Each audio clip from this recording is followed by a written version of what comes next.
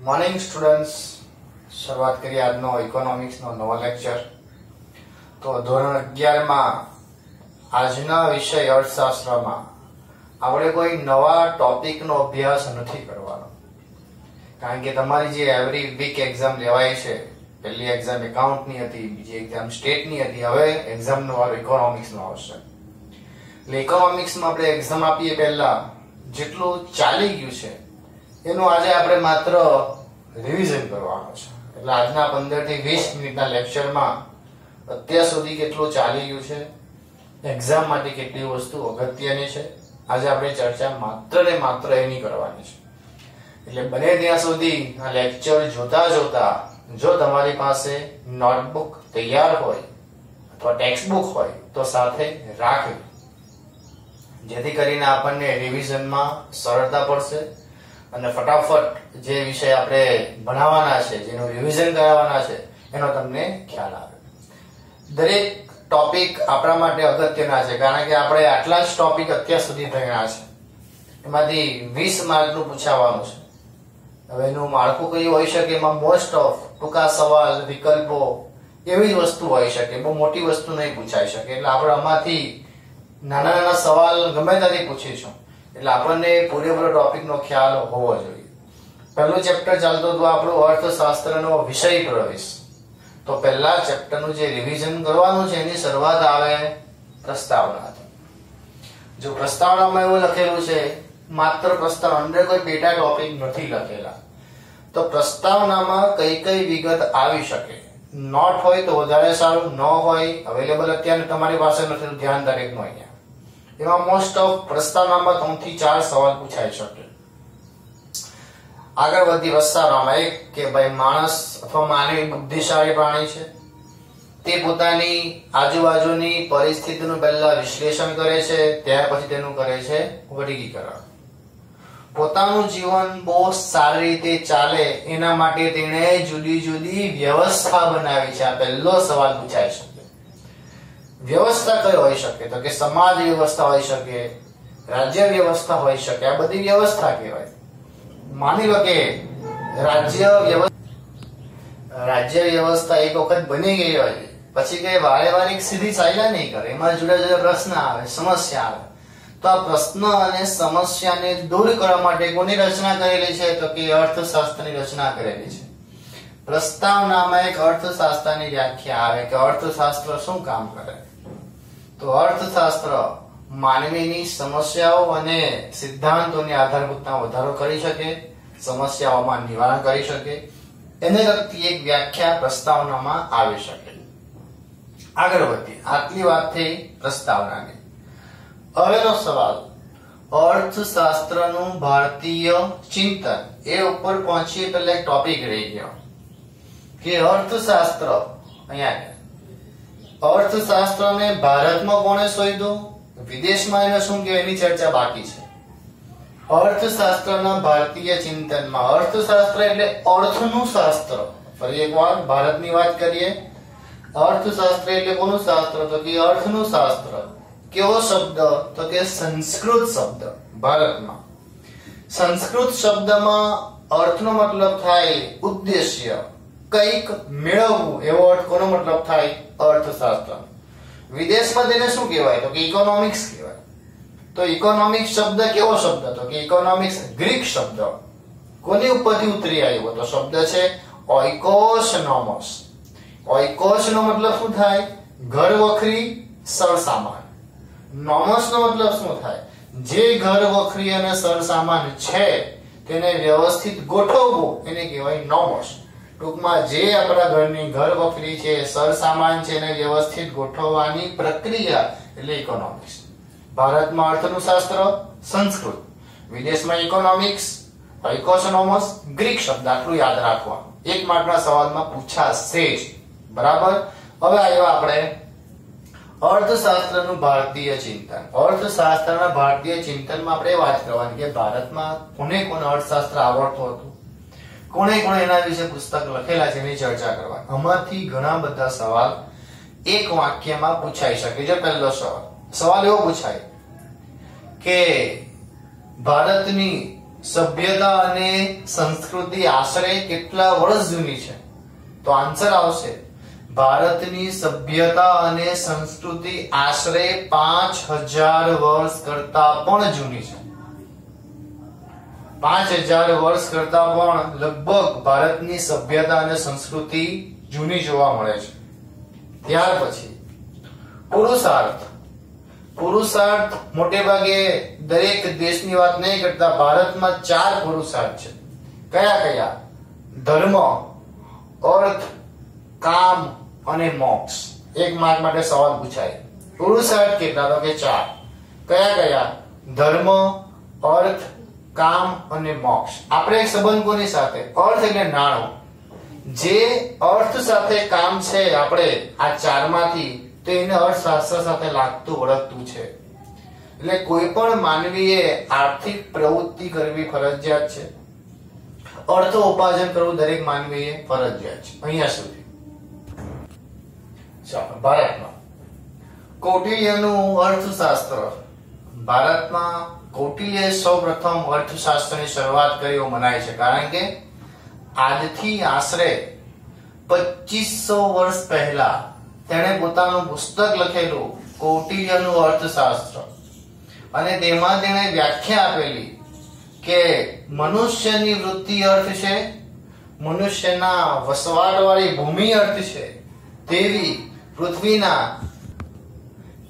પૃથ્વીના લાભ પાલનના ઉપાય દર્શાવતું શાસ્ત્ર એટલે અર્થશાસ્ત્ર.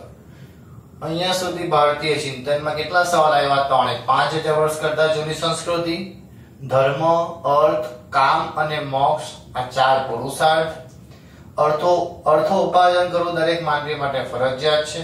ત્રીજો સવાલ, કૌટિલ્યએ પુસ્તક ક્યારે લખ્યું? તો કે આજથી 2500 વર્ષ પહેલા.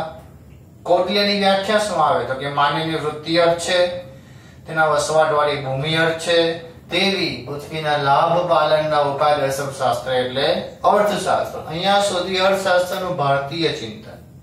પશ્ચિમમાં, વિદેશમાં અર્થશાસ્ત્રની વ્યાખ્યા કોણે કોણ આપેલી? 4 વ્યાખ્યા આવશે. 4 જણના પુસ્તક આવી શકે. શરૂઆત કરીએ. પશ્ચિમમાં અર્થશાસ્ત્રનું ચિંતન પહેલા એડમ સ્મિથ. એટલે એડમ સ્મિથનું પુસ્તક. એડમ સ્મિથનું પુસ્તક આવે ઈસવીસન 1776. પુસ્તકનું નામ An Inquiry into the Nature and Wealth of Nations. જે પુસ્તક પછીથી વેલ્થ ઓફ નેશન્સ ના નામે ઓળખાય. માત્ર વેલ્થ ઓફ નેશન લખો તો પણ ચાલશે. બરાબર. વ્યાખ્યા તેને શું આપેલી? ઉત્પાદક શ્રમ દ્વારા ઉત્પન્ન થયેલી ભૌતિક સંપત્તિના ઉત્પાદન, વપરાશ અને વિનિમય સાથે સંબંધ ધરાવે છે. ફરી એકવાર, ઉત્પાદક શ્રમ દ્વારા ઉત્પન્ન કરેલી ભૌતિક સંપત્તિના ઉત્પાદન, વપરાશ અને વિનિમય સાથે સંબંધ ધરાવે છે. કેટલી વસ્તુ એડમ સ્મિથમાં યાદ? 1770 નું વર્ષ. પુસ્તક તો કે વેલ્થ ઓફ નેશન્સ. વ્યાખ્યા, ઉત્પાદક શ્રમ દ્વારા ઉત્પન્ન કરેલી ભૌતિક સંપત્તિના ઉત્પાદન, વપરાશ અને વિનિમય સાથે સંબંધ ધરાવે છે. માર્શલ 1890. પુસ્તકનું નામ પ્રિન્સિપલ્સ ઓફ ઇકોનોમિક્સ. વ્યાખ્યા, માનવી પોતાના રોજિંદા વ્યવહારમાં અર્થશાસ્ત્રનો ઉપયોગ કરે છે અને ભૌતિક સંપત્તિના સુખાકારીથી આનંદ મેળવે છે. સિમ્પલ વ્યાખ્યા 1890. Principles of economics. માનવી પોતાના રોજિંદા જીવનમાં અર્થશાસ્ત્રનો અભ્યાસ કરે છે અને ભૌતિક સંપત્તિની સુખાકારીથી શું મેળવે છે? આનંદ મેળવે છે. રોબિન્સ 1932. પુસ્તક nature and significance of economics. Nature and significance of economics. વ્યાખ્યા, માનવીની જરૂરિયાતો અમર્યાદિત, સંતોષવાના સાધનો વૈકલ્પિક, તો આની વચ્ચે માણસ પોતાની જરૂરિયાતોનો કેવી રીતે સુમેળ બેસાડે છે તેનો અભ્યાસ કરતું વિજ્ઞાન છે. 3 વ્યાખ્યા આવશે. Adam Smith, marshal, Robbins. 3 ના વર્ષ, 3 ના પુસ્તક, 3 ની વ્યાખ્યા. ટોટલ 9 સવાલ પૂછાઈ શકે. સેમ્યુઅલ્સનની પોતાની કોઈ પુસ્તક નથી, એને માત્ર વ્યાખ્યા આપેલી છે કે માનવી પોતાના અછતવાળા સાધનો વચ્ચે અગત્યની જરૂરિયાતોનું કેવી રીતે ઉત્પાદન કરે છે અને સમાજના જુદા જુદા લોકો વચ્ચે વહેંચે છે, એ વ્યાખ્યા કોની? સેમ્યુઅલ શરની. થઈ ગઈ 4 વ્યાખ્યા. ભારતીય ચિંતન, પશ્ચિમ અર્થશાસ્ત્રની વ્યાખ્યા કરી. આગળનો સવાલ બહુ સિમ્પલ અને સવાલ છે. કોઈ કન્ડિશનમાં આ સવાલ આપણે ચૂકી જાય એવું નહીં બને. આર્થિક પ્રવૃત્તિ અને બિન આર્થિક પ્રવૃત્તિ. આર્થિક પ્રવૃત્તિ કોને કહેવાય અને બિન આર્થિક પ્રવૃત્તિનો મોટે ભાગે તફાવત આવી શકે. તફાવતમાં 4 મુદ્દા છે: વ્યાખ્યા, ઉદાહરણ, વિનિમય અને અવલંબન. વ્યાખ્યા શું આવે આર્થિક પ્રવૃત્તિની? તો કે જરૂરિયાત સંતોષવાના હેતુસર વસ્તુ અને સેવાના વિનિમય માટે જે આવક મેળવવાની અને જે ખર્ચ કરવાની પ્રવૃત્તિ થાય એને કહેવાય આર્થિક પ્રવૃત્તિ. ટૂંકમાં આર્થિક પ્રવૃત્તિમાં 3 વસ્તુ આવે. તમે જે કોઈ કામ કરો છો બદલામાં તમને નાણાં મળવા જોઈએ. પછી તમે એ કામ શારીરિક કામ કરો, મજૂરી કરો કે માનસિક કામ કરો, બુદ્ધિથી કામ કરો, પણ તમને જે કામના બદલામાં પૈસા મળે એને કહેવાય આર્થિક પ્રવૃત્તિ. વિનિમય આવે, આવક આવે ને ખર્ચ આવે, પૈસાની લેવડ દેવડ થવી જોઈએ, એને કહેવાય આર્થિક પ્રવૃત્તિ. વ્યાખ્યા તો બિન આર્થિક પ્રવૃત્તિ કોને કહેવાય? જે પ્રવૃત્તિ કરવા પાછળનો હેતુ આપણો કોઈ પ્રકારની આવક મેળવવાનો નથી, આપણે માત્ર સેવા કરીએ છીએ, મફતમાં કામ કરતા હોય તેને કેવી આર્થિક કેવી પ્રવૃત્તિ કહેવાય? બિન આર્થિક. ટૂંકમાં જે પ્રવૃત્તિ આવક મેળવવાના હેતુથી થાય આર્થિક. જે પ્રવૃત્તિનો હેતુ આપણે આવક મેળવવાનો નથી તો તેને કેવી પ્રવૃત્તિ કહી શકાય? તો કે બિન આર્થિક પ્રવૃત્તિ કહી શકાય.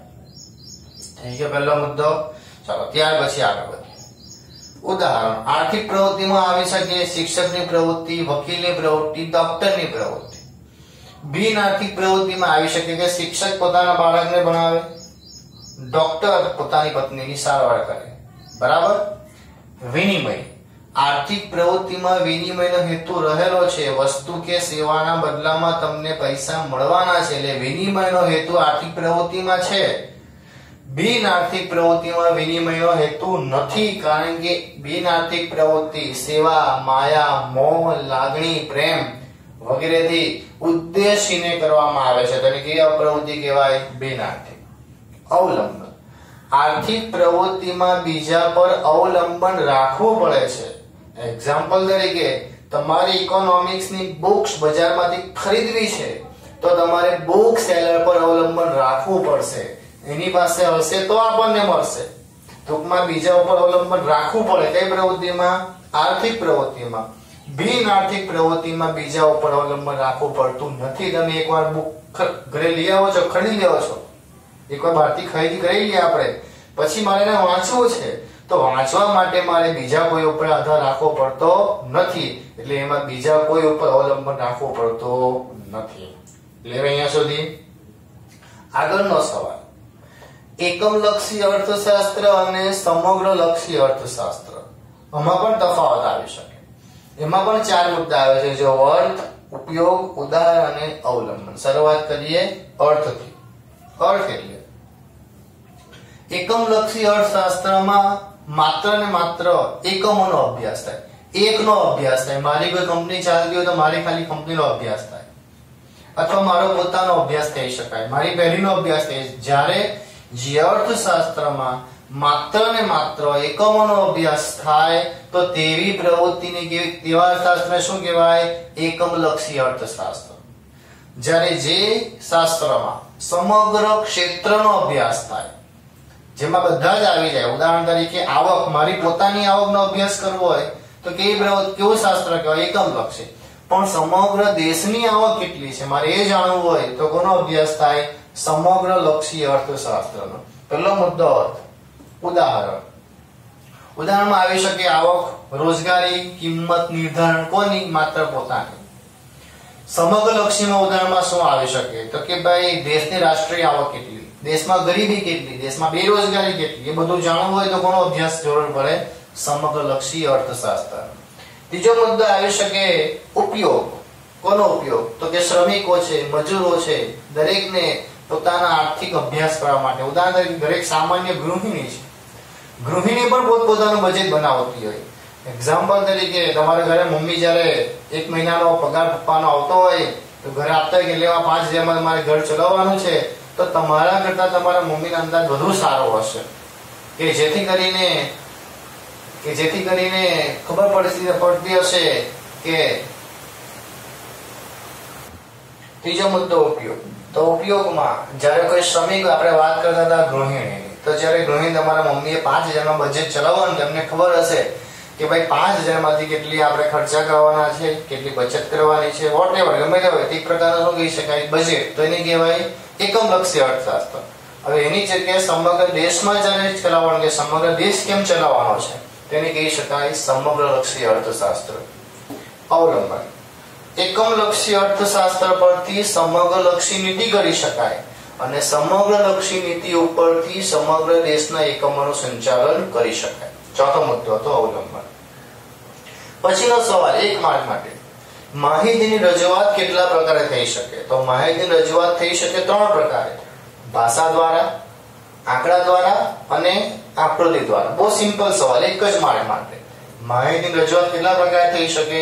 3 રીતે: ભાષા દ્વારા, આંકડા દ્વારા અને આકૃતિ દ્વારા. અને છેલ્લો સવાલ, આંકડાકીય માહિતીનું મહત્વ. તો આંકડાકીય માહિતીનું મહત્વના માત્ર 4 મુદ્દા છે. પહેલો મુદ્દો કયો આવે? સિદ્ધાંતોની આધારભૂતતામાં વધારો.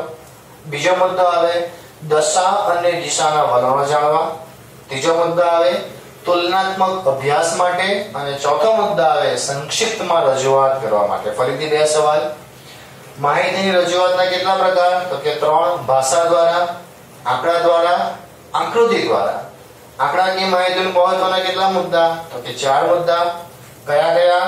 સિદ્ધાંતોની આધારભૂતતામાં વધારો, દશા અને દિશાના વલણો જાણવા માટે. ત્રીજો મુદ્દો આવશે તુલનાત્મક અભ્યાસ માટે. ચોથો મુદ્દો આવશે સંક્ષિપ્તમાં રજૂઆત. અહીંયા સુધી તમારે દરેકને મોબાઈલમાં તમને પીડીએફ મોકલી આપી છે. તો પીડીએફ માં તમારે અહીંયા સુધીનું વાંચન કરવાનું. એમાંથી ટૂંકું કરીને આપણે લગભગ 20 માર્ક તમને પૂછીશું. કેટલા સવાલ? પ્રસ્તાવના, ભારતીય ચિંતન, અર્થશાસ્ત્રનું પશ્ચિમા ચિંતન, 2 તફાવત અને આ 2 સવાલ. અહીંયા સુધી તમારે તૈયારી વ્યવસ્થિત કરવાની રહેશે, જેથી કરીને આપણે ઇકોનોમિક્સની એક્ઝામમાં પૂરેપૂરા માર્ક લાવી શકીએ. જો તમારી પાસે અહીંયા સુધીની પીડીએફ ન આવી હોય તો તમારે જે ગ્રુપમાં ટીચર છે એને કોન્ટેક્ટ કરવો અને એ પીડીએફ મેળવી લેવી, જેથી તમને વાંચવામાં સરળતા રહેશે. આ લેક્ચર આપણે અહીંયા સુધી રાખીએ છીએ. Thank you.